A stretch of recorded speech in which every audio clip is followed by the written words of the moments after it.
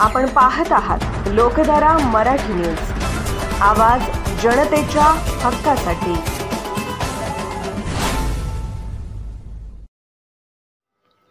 शिक्षक दिनानिमित्त पुरस्कार व सन्मान सोहळा श्री प्रकाशराव जमदाडे साहेब यांनी आयोजित केला होता। जत तालुक्यात विविध शिक्षकांना आदर्श शिक्षक पुरस्कार मिळाला आहे। या कार्यक्रमासाठी उद्घाटन विलासराव जगताप साहेब माजी आमदार यांनी केले।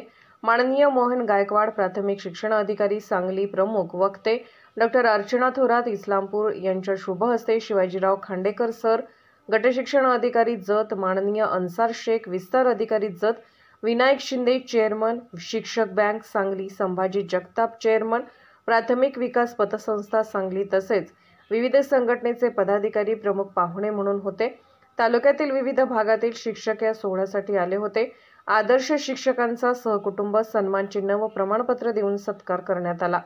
कार्यक्रमाचे नियोजन अभय जमदाडे अध्यक्ष, औदुंबर पोद्दार उपाध्यक्ष, विजय रुपनर सचिव, माननीय प्रकाशराव जमदाडे फाउंडेशन यांनी केले आहे।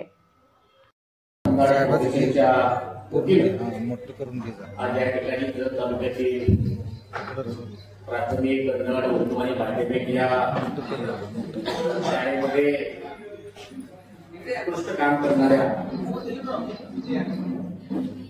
आदरणीय गुरुजनांचा आदर्श शिक्षक सन्मान सोहळा आयोजित केलेला आहे। हा कार्यक्रम ज्यांच्या अध्यक्षतेखाली संपन्न होतोय या तालुक्याचे माजी आमदार सन्माननीय विलासराव जगताप साहेब, त्याचबरोबर या कार्यक्रमासाठी खास करून उपस्थित असलेले आमचे येळेगावचे सुपुत्र, महाराष्ट्र राज्याचे शिक्षक कर्मचारी संघटनेचे सचिव आणि नुकतीच यांची जुन्या पेन्शनाप्त संघटनेच्या शासकीय सदस्यपदी निवड झालेले सन्माननीय शिवाजीराव खांडेकर सर, त्याचबरोबर या ठिकाणी आपल्या जतच्या सुपुत्री आणि सध्या इस्लामपूर येथे RIT कॉलेजमध्ये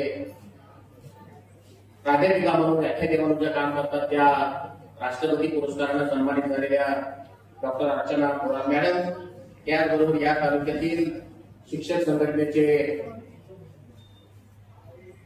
पदाधिकारी सन्माननीय शिक्षक बँकेचे चेअरमन विनायकरावजी शिंदे सर, त्याचबरोबर प्राथमिक विकास पतसंस्थेचे चेअरमन संभाजीराव जगताप साहेब, त्याचबरोबर प्राथमिक शिक्षक संघाचे थोरात गटाचे अध्यक्ष दिलीप पवार गुरुजी, शिक्षक समितीचे अध्यक्ष राजेश कोळी गुरुजी, त्याचबरोबर शिक्षक भक्तीचे अध्यक्ष दिगंबर सावंत गुरुजी, त्याचबरोबर शिक्षक संघाचे शिक्षक गटाचे अध्यक्ष भरत क्षीरसागर गुरुजी, मागासवर्गीय शिक्षक संघटनेचे प्रदेश उपाध्यक्ष संतोष पाटील, पदवीधर शिक्षक संघटनेचे अध्यक्ष सिद्धेश्वर कोरे सर, त्याचबरोबर या ठिकाणी उपस्थित असलेले या तालुक्यातून आमचे सहकारी संजय गांधी लढा योजनेचे अध्यक्ष प्रमोदजी सावंत, पंचायत समितीचे माजी सदस्य आमचे सहकारी रवींद्र सावंत, त्याचबरोबर एडवी समर्थ श्री प्रभू हायस्कूलचे माजी प्राचार्य आमचे गुरुवर्य सन्माननीय MS पाटील सर, त्याचबरोबर या ठिकाणी उपस्थित असलेले आमच्या हजरवाडचे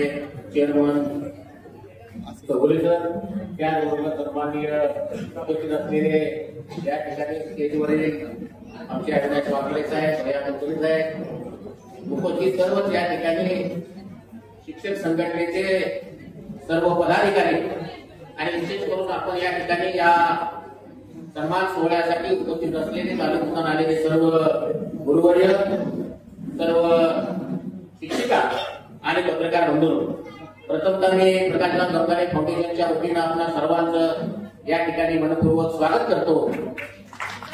आणि शिक्षका आई वडिलांच्या नंतर जर गुरु कोण असेल तर हा शिक्षक आहे।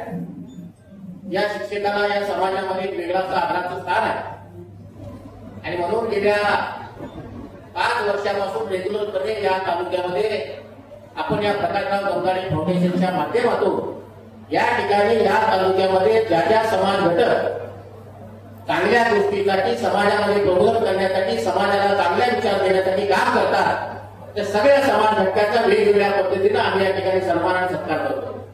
मग त्या ठिकाणी 2 जानेवारीला आम्ही पत्रकार विद्यार्थी दिन साजरा करतोय, 6 जानेवारीला पत्रकारिता दिन साजरा करतोय, त्याचबरोबर 7 जुलैला या ठिकाणी आपण प्रसिद्धी म्हणून साजरा करतोय, त्यानंतर 8 मार्चला महिला दिन म्हणून साजरा करतोय, 26 जुलैला कारगिल दिन म्हणून साजरा करतोय, 9 ऑगस्टला क्रांती दिन म्हणून साजरा करतोय आणि 5 सप्टेंबरला शिक्षक दिन म्हणून आपण गेल्या 5-7 वर्षापासून या तालुक्यामध्ये सन्मान करतोय आणि सत्कार करतोय।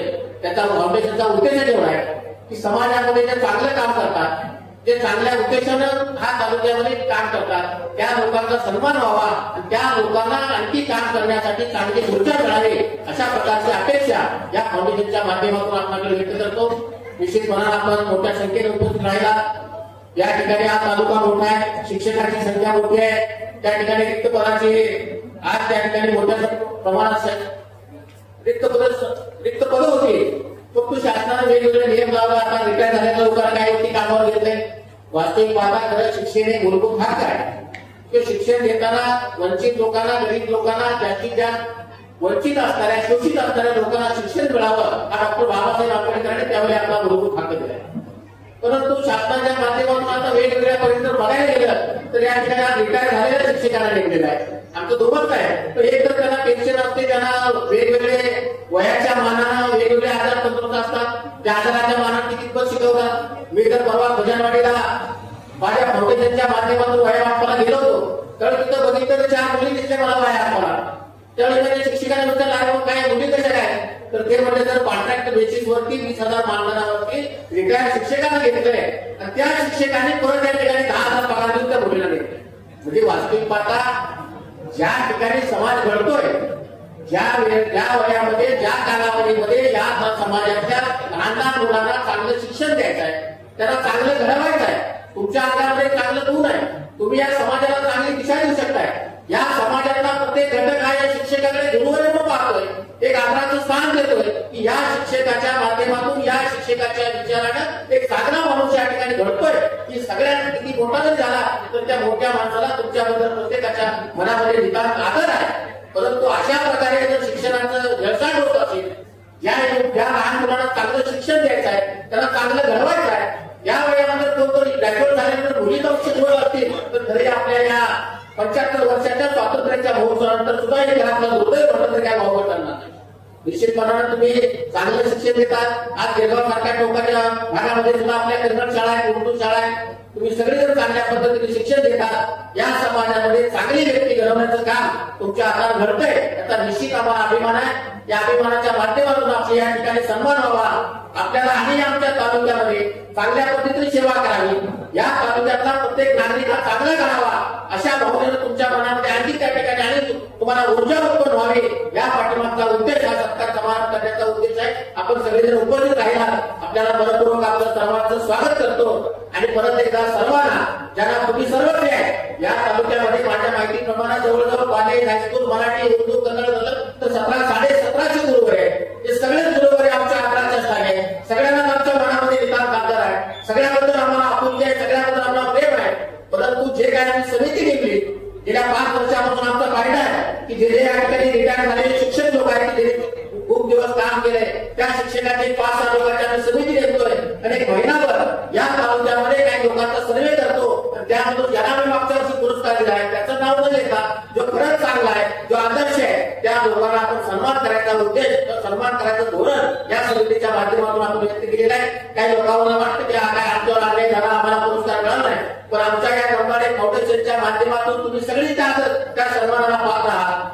परंतु एवढ्या सगळ्या लोकांचा सन्मान करणं म्हणजे खरं जो चांगलं करतोय त्याचा कुठं कमीपणा होतोय, म्हणून ज्या समितीकडे आमच्याकडे नावं आली त्या नावांचा आपण त्या ठिकाणी या ठिकाणी सन्मान आहे, सत्कार सोहळा करतोय। आपण सर्वजण उपस्थित राहिला याबद्दल आपल्या सर्वांचं परत एकदा स्वागत करतो। तुम्हाला सर्वांना मनपूर्वक शुभेच्छा देतो आणि या तालुक्यामध्ये तुमच्या हातून जास्तीत जास्त चांगला विचार व्हावा, चांगल्या विचारांची माणसं तयार व्हावी आणि या विचाराच्या माध्यमातून एक जर तालुक्यामध्ये परिवर्तन करावं, जर तालुक्यामध्ये स्वाभिमानाच्या माध्यमातून एक स्वाभिमान नागा जपावा अशा प्रकारे तुम्ही बरोबर या।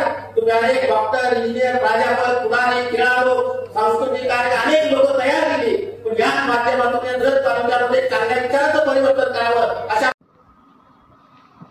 लोकधारा मराठी न्यूजला लाईक करा, शेअर करा आणि सबस्क्राईब करा।